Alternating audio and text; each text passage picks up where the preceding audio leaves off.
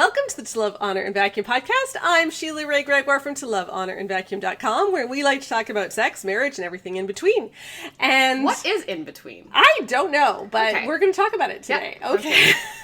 And this month on the blog at ToLoveHonorAndVacuum.com, we are all libido all the time. So we're talking a ton about libido, which is actually a really touchy subject. Yes. And so my daughter Rebecca is here for the weirdest, most awkward podcast there can ever be between a mother and daughter as we tackle libido issues. Oh, I think we've done worse. Yeah.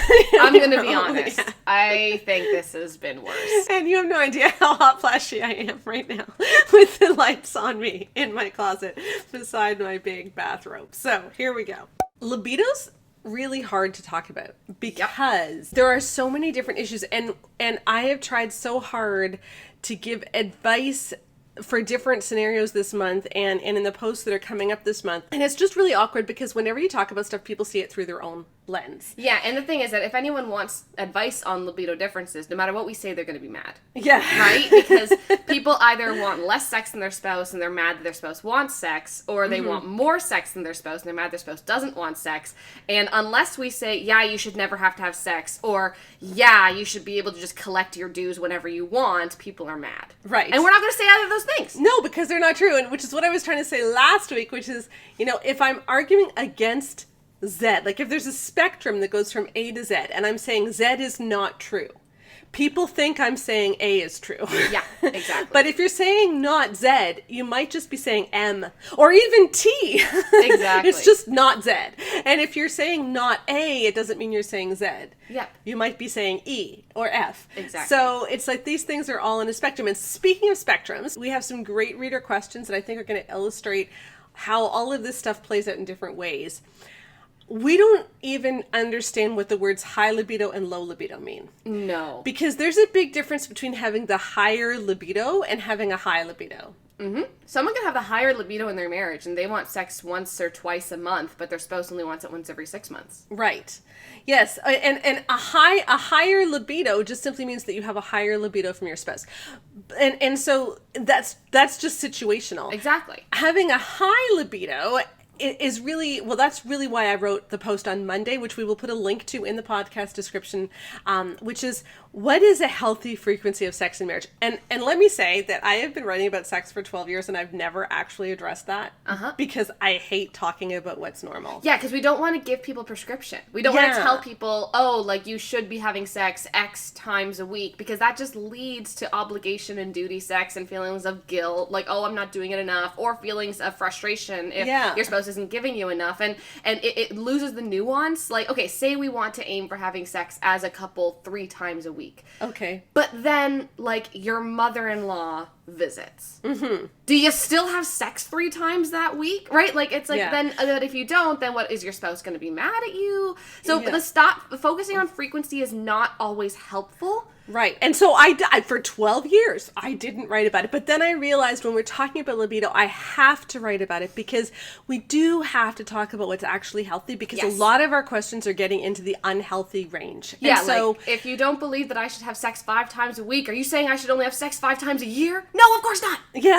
Like, of course not. Let's have a little bit of understanding. Some nuance here. What we did was we took a look at our own surveys, and I've done 2 surveys on frequency now. Yep. I did my Good Girls Guide to Great Sex survey, and we did our survey of 20,000 women for our upcoming book, The Great Sex Rescue. Yep. I actually chose the stats from the Good Girls Guide from Monday's post because I had it broken down by age, and I thought that was more useful.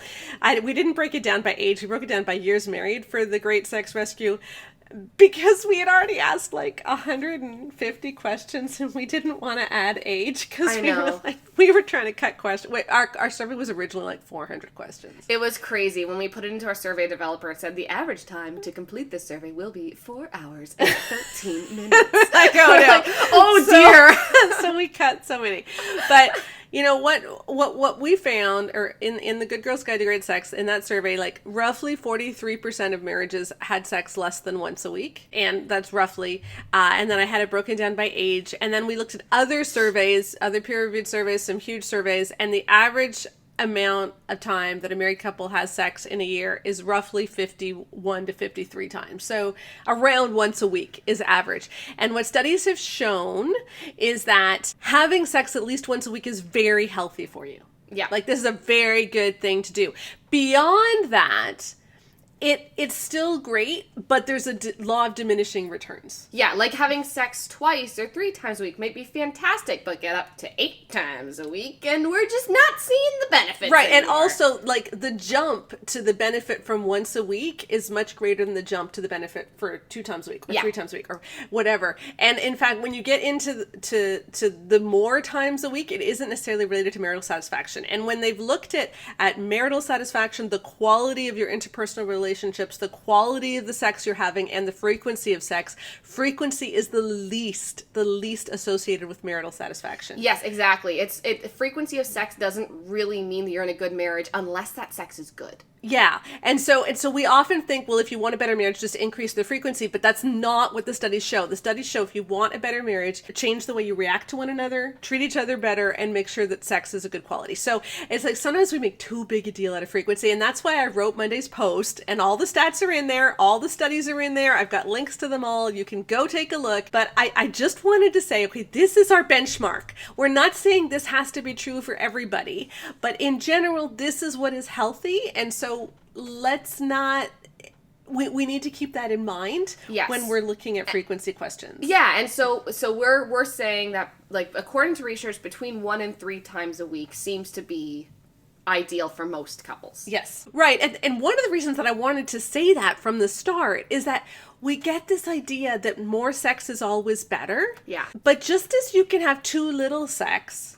and you can have, like, virtually no libido, you also do cross over into sex addiction issues. Yeah, and just because you're married doesn't mean that you can't be lustful or have an unhealthy relationship with sex. Mm-hmm. And if you're still getting sex, which is what I was trying to say in last week's podcast, there was a lot of discussion on that. I will put a link to that podcast as well, and to the blog post so you can read all the comments, because actually it was quite a fruitful discussion in the comments. There was a lot of comments, but we actually got a lot of nuance out there. Is that if you're getting sex, like, at least 1 to 3 times a week, okay, and it's not as much as you would like, find a way to be content. Yes, exactly. Sex and talking are not the same thing. Like, it's possible to feel close to your spouse even if you're not getting all the sex you want, especially if you still are getting a healthy level. Yeah, if you're getting a healthy level of sex, wanting more than what you need may be causing more issues in your marriage than what would be fixed if you simply forced more sex out of your spouse. Right. And we're not saying that you can't be disappointed that you're not getting more sex, but if you're at the point where I can't feel close to my spouse unless we have sex every day, or I feel grumpy unless we have sex every day, and in our survey of 20,000 women, up to 20% of women said that their primary motivation for having sex was so their husband wasn't grumpy and didn't treat them badly. Okay? So this is a problem. So if you're saying I can't be a good person, a nice person, unless I'm getting sex, if you're saying I am so physically uncomfortable if I do not get sex every day that I can't function, that is an issue. And that's not an issue with your spouse. No, that needs some greater counseling, or maybe some sort of almost sex therapy. Yeah, and we'll look at that in one of our reader questions. Yeah. But that's, again, one of the nuances that we wanted to show. And, of course, the other nuance is that libido matters. And on Tuesday's post this week, I had my word of encouragement, not even encouragement, but a little bit of chastisement, or like, come on, people, like, for your low libido spouses, like, you got to step up to the plate here. This really does matter. And saying, well, putting sex at the bottom of your to-do list is just not okay. We understand that sometimes there's bigger marriage issues, but then deal with those marriage issues. Don't just cut off sex. Yes, and sometimes there are going to be situational issues too. But let it be a situational issue and talk about it as a couple so that you're on the same page. Yes. And have there be an end date. Yeah. Like, if it's because the baby is not sleeping and the baby is 4 weeks old, say, hi, I have a 4-week-old baby. We're not having sex when I have a 4-week-old baby. Right. But well, also, you shouldn't until you have also, 6 weeks. and whatever, a lot of exactly, but like for multiple reasons. But there needs to be a time where you say, this is not forever, and here's why this is not forever, and here's our plan. Mm-hmm. One of the biggest things we found too, though, is that when we're talking about libido, we talk about it in isolation, like people should just be wanting sex. Yeah. And I got in a really interesting Twitter discussion when some guy said, At what point when your wife hasn't had sex with you, do you take her before the elders? And I kind of went off and I said, you don't. Like in our survey of 20,000 women, what we found was that when there are sexless marriages, that's not the main issue. There's also several of these other issues going on. Yeah, like sexless marriages do not simply happen because a wife decides, you know what I'd really like is to screw my husband's life up. Yeah. Sexless marriages happen because on average, women are married to men who habitually use porn. It's because women have been experiencing sexual pain in their marriage for a while. They're not satisfied with the amount of closeness they feel during sex with their husband. There's a myriad of reasons, but one of the really, really big ones, the biggest one was that they don't orgasm. Yeah.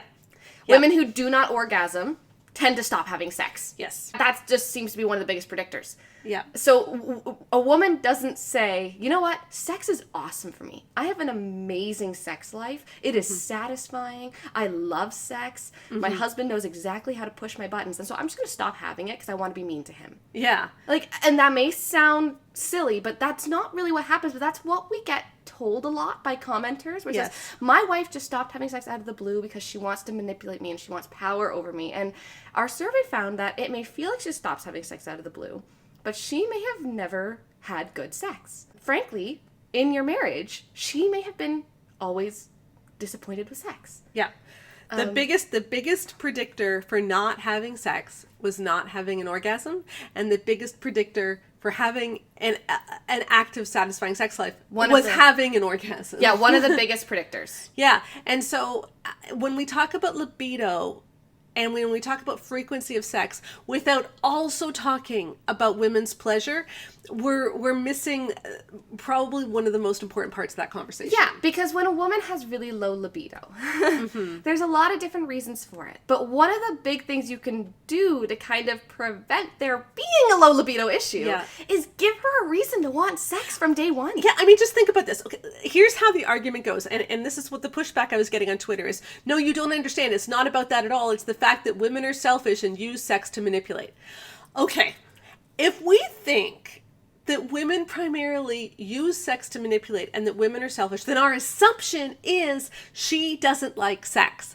Because if she liked sex, why would she want to not have it? Like, our whole way, I mean, I don't think people get this. Our whole way of talking about this is so wrong because our way of talking about this assumes she's going to hate sex and she needs to get on board and stop using it to manipulate, and she just needs to have it anyway, regardless of what she's feeling. Yeah, because if you really like sex, right? Why would you choose to deprive yourself of it? Yeah. Right? That's the thing, is all these people are saying, well, that she's choosing to use it because it's a power move. She's manipulative. I'm like, okay, but wait. If the sex makes her go nuts. Yeah. Why on earth would she not want it? Why on earth would she sacrifice that so that she gets something else in return? Yeah, now we understand there are women who do this. Totally. There are, but they're not the majority. Like they're the small minority, okay? So if that's true in your marriage, believe me, we feel for you. And also, I do think that a lot of the women in our survey who we found have stopped having sex because of a lot of other issues, like habitual porn use by their husbands, you know, sexual pain for years, a lack of orgasm, no emotional connection. They may very well now be choosing to use sex to control their husbands. Yes. That may honestly be true. But them using sex to control their husbands is not necessarily the real root of the reason why they stopped having sex. Yeah. But if instead what we're saying is if sex has never been something that was good for her and that she had a reason to want, then you may have kind of created a situation in your marriage where the only reason for her to have sex is because she has power when she does so. Yeah.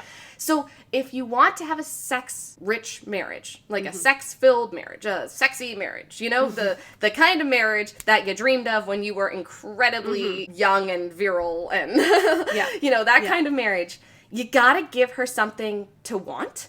Yeah. Because I think a lot of women, and we heard this in our interviews over and over again, a lot of women get married expecting sex to be great, and then it's not, and they don't know what to do. Yeah. And their spouses, their husbands don't take time to say, okay, why wasn't that good for you? Instead, they just say, well, I need this. So let's just do it anyway. And so for years, these women have incredibly unsatisfying sex, potentially painful sex where they just feel used and they feel shameful about what's happening.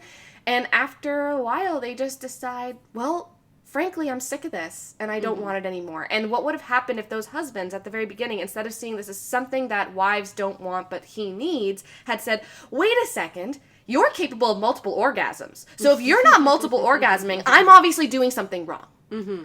Now, we also understand that many guys would love to bring their wives to orgasm. That's a big one. And their wife is saying, no, just hurry up and get it over with, because she's not comfortable with her own body. She's not comfortable with pleasure. She's not comfortable being the center of attention. She's heard her whole life sex is for him, not you. She has major hang-ups that she's not really trying to get past. Yes. And so we totally understand that as well. And again, that's really what we're addressing in the Great Sex Rescue, is to help people reframe how they see sex. Yeah, and that was another thing that we heard from a lot of these women in the interviews, is we had a lot of women who said, listen, my husband understood this from day one, but I didn't. And it wasn't until their husband sat them down like 12, 15 years into marriage and said, listen, I'm no longer willing to have sex that's not good for you, so we need to sort this out, that it got better. And again, what would have happened if it was normal in marriages where if a woman is not enjoying sex, their husband sit them down week 1 of marriage instead of year 15, right? And it's fantastic that there is so much, you know, goodness that you can discover even if it's been decades into your marriage. You can figure this out even if it's been decades. You totally can. Our research has shown that. But let's make it normalized that women should be begging their husbands for sex. Because it should be that good. Because what we found was that the best years for sex in marriage, in the Good Girl's Guide to Great Sex, in those surveys, the best years for sex in marriage are years 16 to 24. And I'm glad those years are great. But there's no reason. That's when women are the most orgasmic, et cetera, but there's no reason we can't bring that forward. And that's kind of what we're trying to do, is bring that forward, because I think if couples start out better, then maybe those are still the best years, but let's see women orgasming at much higher rates earlier in marriage, and we're going to see far fewer libido issues. So when we're talking about libido, and we're talking about frequency, and we're not talking about orgasm rates, we're missing a huge part, an important part of the conversation. Because what do you actually want? Do you want more duty sex? Or do you actually want good sex? Because good sex is not sex where one person gets off and the other person feels disappointed. That's not good sex. We're not going to say, well, she just needs to put out more, because what if the reason she doesn't want to have sex anymore is because it's never felt good for her? Wouldn't it be better for you as a couple to figure out, okay, we're going to figure out the orgasm piece for her so that she has a reason to want sex, so that you don't have to feel like you're begging for it anymore. And you don't have to feel like you're using her. And exactly. And in yesterday's post, I asked guys some really difficult questions and uncomfortable questions, like, is this a situation that you may have caused or at least contributed to? And I really encourage you to read that post. It's a hard post to read. I get it, but I think when we're the higher libido spouse and we feel like our spouse is never having sex, have you contributed to that? And next week, I'm also going to have a post for wives where we ask similar questions. Like, is this something that you may have contributed to? Because sometimes you got to examine yourself, say, okay, I really messed up. But then we can still start again. We can get on that good plane. So what I want to do right now is I have 3 libido questions, which I think will help us illustrate a lot of the nuance in this conversation. and show the difference between higher libido versus high libido, lower versus low, and orgasm and all of that. We're looking first at 2 guys with the lower libido. Okay, so here's the first woman says, I've been married for about a decade. We're in our 30s, we have several kids, we have a great marriage, but sex has always been an issue. One thing I would love to know more about is how to make him last longer. As the one with the higher drive, that one time a week is so precious. So then when he climaxes early, it's hard not to show him how disappointed I get. And to do a quickie earlier in the day does not work. If he does reach climax, then we have to wait a day or 2, but it usually takes a week before the next time. It has been difficult to get him to understand that there are things he can do about this. So if you have some input, I'd be very grateful. And I'm actually going to tackle this question again, I think, in the Start Your Engines podcast for men. But I wanted to do this one first because what this illustrates is something which I say quite a bit, which is that we need a new definition of sex. Because so often, if I were to say to you, did you have sex last night? You would think I was asking, did the husband put his penis into her vagina, move around until he climaxed? Because that's what we think sex is. And when we're talking about frequency, that's what we're talking about. How many times did he put his penis into her vagina, et cetera, et cetera. And the problem is that totally erases her experience, because then her experience is secondary. Whether or not she has an orgasm, that's not really the point. The point is, did they do this particular deed? And as long as he climaxes, that's when sex is over. It's not when both of them are satisfied. Yeah. And so here she is, and she's saying, look, I have the higher drive, and all she gets is once a week, but even that once a week doesn't necessarily help her orgasm. And that's not okay. So when we were talking about how once a week is healthy, like on Monday, I wasn't talking about this situation. And that's really important to understand, is it's not about how many times you quality. Technically have sex. It's about what happens during that encounter. Yeah, once a week where it's a great encounter, both of you are left fully satisfied, just snuggling and happy and all lovey-dovey afterwards. Yeah. Great. Once a week where it lasts 2 minutes and she doesn't get there and it's a disappointment is not healthy. Yeah. And if he is not able to last very long, if his refractory period is so long that he has to go... Yeah. She's saying a week. We have to wait a day or two, but it usually takes a week before next time. Yeah, I think that might mean that he usually wants to wait a week.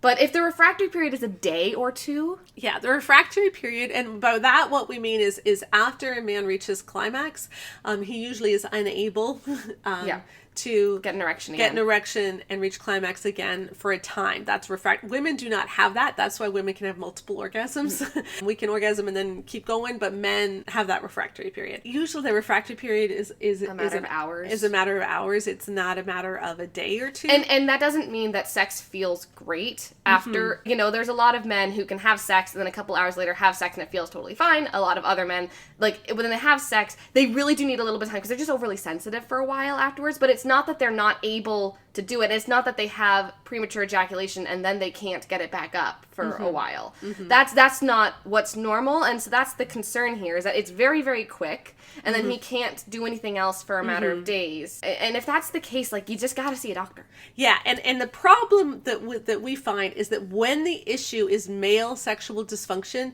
men are very unwilling to see doctors. They really are, because at least they're still getting an orgasm. Yeah, and this is very unfair to your spouse. And again, I think it comes down to the definition of sex. He's like, well, we're still having sex. But no, it doesn't count if she's not receiving pleasure. Yeah. And, if you're a guy and you're having premature ejaculation, you can still bring her to orgasm in other ways. Yep. But you should still get checked out for a whole variety of reasons. First, for your wife's sake, because she may prefer to orgasm through intercourse if she's able to. Not all women can, but if she is, she may prefer that. But also because a lot of sexual problems are related to other health issues, and you need to get this looked at. Yeah, especially if you have kids. So please go to the doctor. And we hear this so much from women in that husbands who have erectile dysfunction, who have premature ejaculation, whatever it might be, they won't go see the doctor, and this leaves their wives really stuck. Yeah. And so if you are experiencing sexual dysfunction, you need to see a doctor, and it is wrong not to. And this is also why when we talk about frequency, we need to talk about the number of mutually satisfying sexual encounters, not the number of times one person orgasmed. Right. Right? Because it's pretty clear when you look at that, that is not the kind of sex life that leads to a happy, satisfying marriage. Right. Okay, so there's an example of a couple that technically we would say is having sex once a week, but that's not healthy. Yep. All right.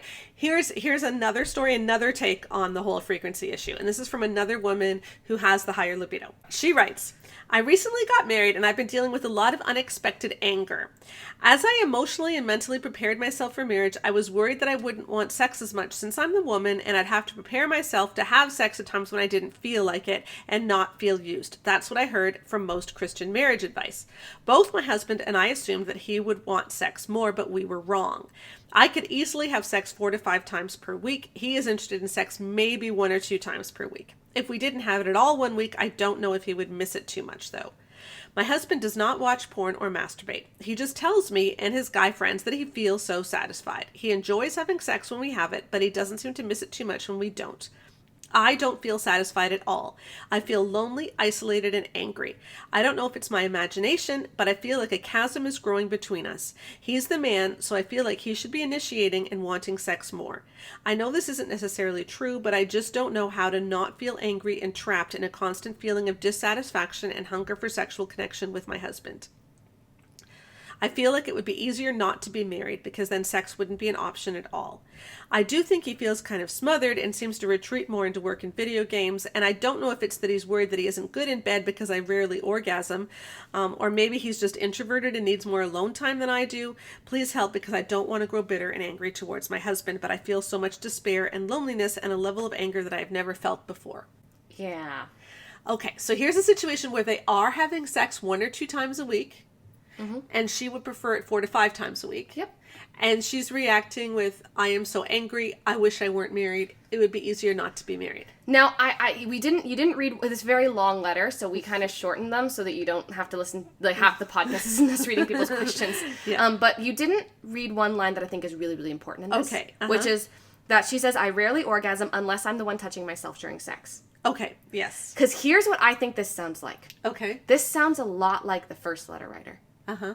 If she wants sex 4 to 5 times a week, but she's not orgasming, I just wonder if her kind of like higher libido and that ferocity of the of desire is because she's constantly almost getting there. Yes, because sexual frustration can do that to you. Yeah, if you're always left hanging. Well, I mean, look at exactly. Like if a husband is constantly being teased and like, yeah, you're gonna get it. Oh no, you're not. Ah, you're gonna get it. No, you're not. He's like, what? When can I just get it? Yeah. Right. The same way here. It seems to me like he's getting really satisfying sex 1 to 2 times a week, and she's not. Because some people do find that masturbatory orgasms are just as satisfying as other women do not. And she might be finding that when she can get the physical release side of the orgasm, but if it's not a mutual thing where he's able to figure out how to work her body and he's able to make her feel good, it may honestly be that if they really focused on how he can make her feel good in bed and how they can make these very, like, have sex 1 to 2 a week, but make it really good sex once or twice a week, she may be fine. But it may very well be that they're having 7-minute sex twice a week. And she's like, I just need more. And she's allowed to want more than 14 minutes of sex a week. Yes. I also do want to say, though, that we get this a lot. Women hear over and over and over again that men want sex and you don't.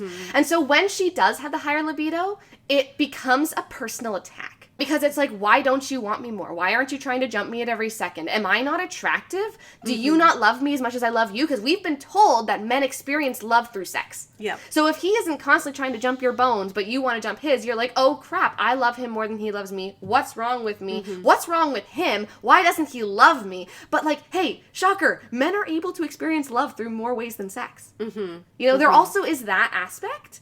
We need to be willing to tell women that if you have the higher libido, it doesn't mean that your husband loves you less than other husbands love their wives. That's right. A husband who is constantly experiencing sexual desire towards his wife does not necessarily love his wife more than a husband who satisfies with sex once a week. That's just not always the case, and that's why we need to stop talking about libido in such gendered terms and stop making it as like men can't control themselves around their wives, because if you just walk in a room with your top off, he will just jump you right then and there. Like, we need to stop saying stuff like that, because it's not true for most marriages. Even marriages where he has the higher libido, that's not always the case. Yeah. You know, and a lot of women like this go into marriage thinking he's going to constantly be ravenous and I'm going to have to put up with it. And then, oh no, I like sex and he likes sex, but he actually is pretty satiated and I'm not. What does that mean for us, right? Yeah. And then you start doubting yourself, you start doubting your relationship. And so here's another great example in this letter on how they think frequency is the issue. Yeah. And frequency is not the issue. Orgasm, again, is the issue. Yeah, and... Or at least likely. Orgasm is more or less the issue, because a lot of this stuff, even if she has the higher sex drive, even if, you know, she's wondering if she's... it wouldn't be as big an issue if they figured out that orgasm piece. I would probably answer very differently if she didn't rarely orgasm. Yeah. You know? If she was having an orgasm, then... If sex was really fantastic and satisfying for her every single time she had it, but she just wanted it more, at that point, the couple's got to talk about how they can both sacrifice and serve the other, and then be contented with that, right? Like, he needs to make, if it was great sex for both of them every single time, then I would probably say to that dude, listen, dude, like, you married a high drive wife. Yeah. Like, congratulations. Have sex twice a week, you know? Yeah. And to her, it's like, hey, you're having great sex. We can learn to figure out how to be content, and, you know, and we can ask ourselves, are things like video games or workaholism, are they taking away from his sex drive? And can you as a couple figure that kind of stuff out? But if the problem is that when they have sex it isn't satisfying for her, that needs to be fixed first. Yes. Okay, now, totally different kind of question. She says, I am newly married and I have an above average sex drive for a woman, but my husband has a very high sex drive. I'm doing my best to be submissive and keep him satisfied because I want to, and I don't want him to be tempted, but also because he gets very angry sometimes. There's no physical abuse involved, but the distance and guilt trips still make me feel abused in a different way. We had sex yesterday morning, and it was out of duty from me so I could help him have a good day. Last night, I told him I just wanted to cuddle, that I really needed to connect with him that way, and he still tried when we went to bed. Then again this morning, and I simply said I wasn't ready, and the distance immediately grew. Then he asked me if I even desire him at all anymore. I do, I really do, but he wants it all the time. Some days we've done it 5 times, no joke, and I orgasm once, maybe twice. And I'm okay with that. But I don't have as high of a drive as he does, but we've never once gone even 3 days without him being satisfied. It's so challenging. I feel sick to my stomach when I say no because I know what's to follow. And then there's a guilt trip, and he makes it all about him. I have compromised over and over. I even let him masturbate with me lying beside him recently so that he wouldn't be tempted, and that still isn't enough for him. It's really beginning to feel more like duty than desire at this point, and he doesn't understand my standpoint. He doesn't understand that I need time to let it build up to the point where I'm actually feeling hot and heavy because of the frequency and pressure that comes along with it from him. I'm trusting God in this area and would love to hear some feedback to address the issue. Am I wrong to hold back often? Often being more than once a day sometimes because his drive is so high, but never allowing it to go even 3 days between. I'm so frustrated and feeling almost defeated. Yeah. All right. Here's where there's a great example of why being married doesn't mean that the sex is actually healthy. Yep. And here's an example of how more sex does not equal healthier sex. No. And again, orgasm is an issue here. This letter is a perfect example of a marriage which will likely be sexless in 10 to 15 years. Yep. When we looked at sexless marriages in our survey and we looked at the characteristics of them, you could see which marriages were more than likely to eventually have sex fade away. Yeah. Even if she was having fun, eventually, like here's a woman who feels totally disconnected from her husband during sex. She feels totally used. She rarely orgasms. She feels abused emotionally. And he treats her terribly if she doesn't have sex with him even multiple times a day. Yeah. And that is not healthy. And what I see from her letter several times is that her motivation for having sex with him is twofold. One is to stop him from being tempted, and one is to stop him from being grumpy and treating her badly. Yes. That is not healthy. And yet so many Christian books have told women that your primary reason for having sex is so that he won't be tempted. You know, Every Man's Battle said that multiple times. And I was involved in a Twitter thing today, so I actually didn't even know the page numbers. Page 118 and page 120. I don't know which quote is from which, but on one page it says, your wife can be like methadone for you when your temperature is rising. So when you're going through big periods of lust, your wife can be like methadone for you. And then directed towards women, it says, when he quits lust cold turkey, be like a merciful vial of methadone for him. Exactly. So wives are portrayed as methadone for their husband's lust, which is not biblical and which is awful. Yes. Just because you gave a woman a wedding ring doesn't mean that you can use her like a fleshlight.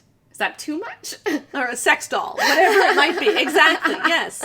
Like, that's the thing. This is just horrifying. So this is a woman who has a high libido. She actually wants sex every 3 days or so. And she orgasms if she has enough time between sexual encounters to have that desire built. So even though she has an absolutely terrible husband who is abusive and terrible with sex in terms of how he understands it and is constantly struggling to be tempted against pornography and using her as his way of battling it instead of actually dealing with his issues in a healthy way, she's still orgasming somehow. Yes. So, way to go, woman. So here's someone who is very sexually responsive and does have a big natural libido.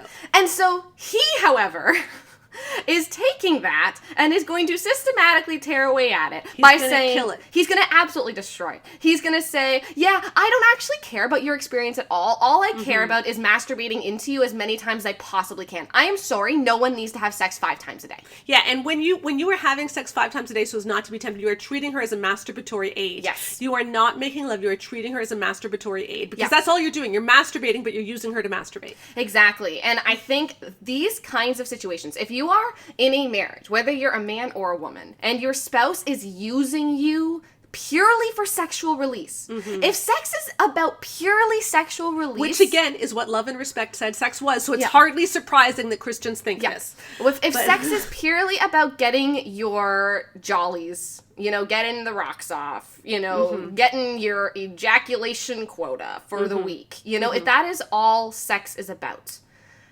your spouse needs to see therapy.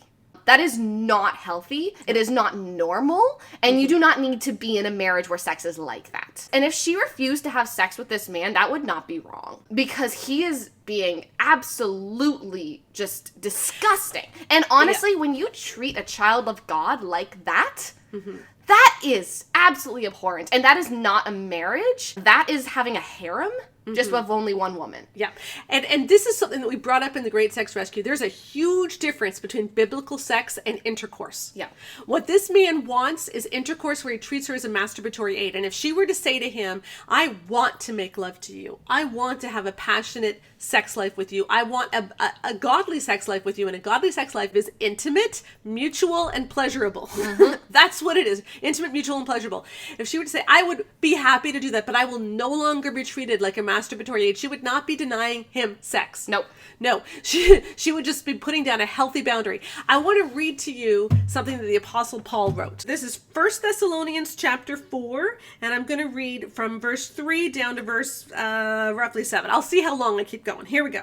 He says, For this is the will of God, your sanctification, that you abstain from sexual immorality, that each one of you know how to control your own body in holiness and honor, not with lustful passion like the Gentiles who do not know God, that no one would wrong or exploit a brother or sister in this matter, because the Lord is an avenger in all of these things, just as we have already told you beforehand and solemnly warned you. You are supposed to control your own body. Yeah, you don't have to have self-control until you get married. No, we are supposed to control our own body, and you are the one who has to control your own body, okay? Your wife or your husband is not your methadone. Every man's battle has it so wrong. The evangelical church has had this so wrong for so long because they have told men, you need your wife to help you not lust. And that is not what the Bible says. What the Bible says is that you are responsible to control yourself. That you abstain from sexual immorality, that each one of you knows how to control your own body in holiness and honor. And so we are responsible for doing this. And listen to the reason why. So that we do not exploit a sister or a brother. Yep. Do not exploit your spouse. And that means, exactly. You're not supposed to exploit your spouse. Yeah, this Thessalonians passage is not just written to the singles in the church. This is written to the church as a whole. And so that includes the marrieds. The marrieds are also not supposed to give in to lustful passions. Yeah. Right? So here's the thing. And my husband and I were talking about this, and we were discussing our book coming up, The Great Sex Rescue, and some of the Christian teachings that we talk about in it. And he was just saying that when he looks at a lot of evangelical teachings, it's just horrifying. Because what we're in essence, what men are in essence told, that's what he says, what we're told. So what men are in essence told is you're only allowed to lust after your wife. Yeah. And Connor was just saying how messed up that is. Because if you love someone, you don't lust after them. And sex, in a lot of these books, and a lot of Christian teaching, is only presented as hot and satisfying if it's wrong. Yeah. And by lust, we don't mean sexual desire. No. By lust, we mean the desire to use someone for your own gratification. That's what lust is. Without concern for them. Because obviously, if you're having sex, you want it to feel good for you. You should want it to feel good for you. Like, you should be like, hey, want to do that thing I like? Like, that's fine. Of course you should want it to feel good for you. The problem is when you go into sex only for the purpose of using someone else for your own pleasure, and you're using them like an object, and you're not considering them, and you aren't in a relationship that is mutual, and you aren't in a marriage where both spouses are getting something out of it, and instead you're in essence just exerting all of this power over someone so that you can use them for your own gain, like this man is. And it's just so wrong that in our Christian teachings, couples are told marriage allows for sexual sin to be okay as long as it's only with one person. Yeah. And that's in essence what we're being told here, right? It is wrong to use someone like a sex doll, even if you're married to them. It's very, very wrong. It's very, very, very wrong. And whenever I hear questions like this, and this is just something where I think we all need to ask ourselves, is if you're in this woman's situation and you have a husband who is begging you for sex 5 times a day and you feel guilty about saying no, would you want your daughter married to that kind of man? Yeah. Would you want your son to become that kind of man? This is horrendous. And if you are the man in this situation, would you ever want your spouse to feel like this? Yeah. Would you actually be proud of how you're acting towards your spouse? Because if you are, then frankly, I actually don't even know if there's any hope for that marriage. Yeah. If you're proud of the fact that you need sex 5 times a day and your wife is not satisfied and not orgasming, then you have serious issues. And if you can't be a decent human being to her unless she has sex multiple times a day with you, and you're telling her that unless you watch me masturbate or something, I will be tempted by other women. Yeah, then you have serious issues and you need to deal with those. Because I think that most men, if they were in this situation, I think that most men, if they actually take an honest look at what they're doing, would feel a lot of shame about how they are. And they just feel so overwhelmed. And I think that a lot of men act this way because they just feel, but I just don't have another option. You do have another option. You know what it's called? Therapy. Yes, and this is the thing that we really want a lot of guys to understand is that 2 things have happened. One is that in the church you've been taught some very wrong things. Yes. Which is that, your wife can be your methadone, that when you're married, she'll be the one to fulfill all your sexual issues, and that is her duty. And so you've been taught that, but at the same time you've been taught that you're not supposed to show certain emotions, not necessarily in the church, yes, but in the wider society as well. A lot of men are victims of trauma. You growing up, you didn't maybe had attachment issues. And so what a lot of us do is we take our emotional needs for intimacy and for all these things, and because that's not safe to express, we transfer them to sex, and they become our sexual needs. So because we can't express our needs for closeness in a safe way, we instead turn it all into sexual needs. And so if you're needing sex 5 times, nobody needs sex 5 times a day. Okay? What's really going on is that he has a lot, at least I think what's going on is that he has a lot of shame. And whenever he feels an emotion that he isn't allowed to express, shame, rejection, fear, insecurity, etc., he takes that emotion and he masks it with sexual desire, because if he can just have sex, if he can just have an orgasm, it will numb all of those other things. And so he's taking all of these negative emotions and they're turning into sex. Okay? Yeah. And that is not healthy, and yet the church has not explained this to us. Yeah, and I also think that a lot of men who are like this in this reader question enjoy sex very frequently because they enjoy the power, the feeling that power gives them. Yeah. And that is not okay. That is incredibly wrong and is very abusive. Yeah. So if sex is ever a power move in your marriage, you need to see a therapist, you need to see a marriage counselor, and you need to make sure that you are safe, or if you're the one who's using sex to get power, then then forcing sex, right? Like if you're the one who's forcing sex on your spouse, you need to apologize and repent, and you need to get some serious. You need to get your priorities straight, whether you're a man or a woman. Both genders can do this. You need to get your priorities straight. You need to see a counselor. You need to make sure you deal with whatever the root cause is, because sex should never be a weapon in your marriage. So it's kind of like this whole podcast. The whole thing is, sex should be mutually pleasurable for both people. Yes. There should be a reason both people want sex. And if that is the case, then we need to talk about how you should not be using sex to manipulate other people. Whether it's, using the lack of sex to manipulate, which again, though, most people, if they're using a lack of sex, is because the other two have not been fulfilled. Yes. But if you're using amount of sex and forcing sex on your spouse in order to get what you want, that's also very, very, very, very wrong. But in general, talking about frequency isn't helpful unless we're honestly talking about frequency of mutually satisfying, not just pleasurable, but mutually satisfying sexual encounters. Which means they're intimate as well. Exactly. It's not just saying, I want your body, it's saying, I want you. It's not saying, I want to have sex, it's saying, I want you. And that's honestly what a lot of higher drive men comment all the time. They say, listen, we have sex 2 or 3 times a week, but I'm never satisfied because it just feels like I'm being placated. But what we're just saying is the focus when it comes to getting more satisfying sex is not always trying to force your spouse to do what you want, as much as discovering together what a mutually satisfying sexual encounter looks like. And that's going to be different for different couples. you know, because of how the church talks about sex. It usually means the husband having to step back and say, how can I make sex good for you? Because when sex is good for her, it becomes better for him too. Because what man doesn't want a sexually excited wife? Yeah. And if women are the ones who feel unsatisfied, it often also means figuring out how to make it feel good for her so that she can actually be satisfied instead of always almost getting there and then not quite. You know, like we talk about blue balling, everyone knows about blue balling, but women get it too. You know, I think people call it pink bean. I think someone put it in there. So, in the comments, I think someone said that. But a lot of what happens to women is if they have this kind of insatiable sexual appetite, it's because they're always constantly getting there. And then not quite. You know? And it just becomes incredibly difficult. So I hope that has been a more nuanced discussion about libido and frequency.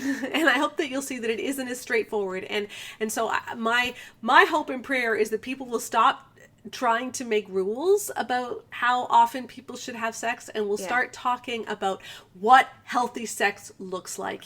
And we're going to head back this afternoon. We're going to be doing the galley edits for our book, The Great Sex Rescue. We're looking again at the lust and porn chapters with all that every man's battle stuff, which is why it's right in our heads right now. So pray for us, because this is just really ugly stuff, people.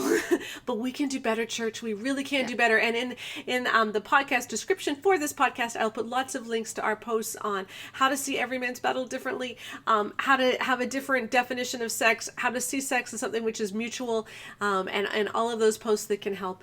And hopefully we can further this conversation along. So thank you for listening. Remember, if you like this podcast, please rate it 5-star and leave a review. It makes us so happy. It takes so little time. So please do that. We'll be talking more about libido all month. We had those really great posts this week, some of which are going to be challenging for you. Hard questions to ask yourself, whether you're the low libido spouse or the high libido spouse. There's more of that coming. But let's get a healthy view of mutual, intimate, pleasurable sex, and not just about frequency.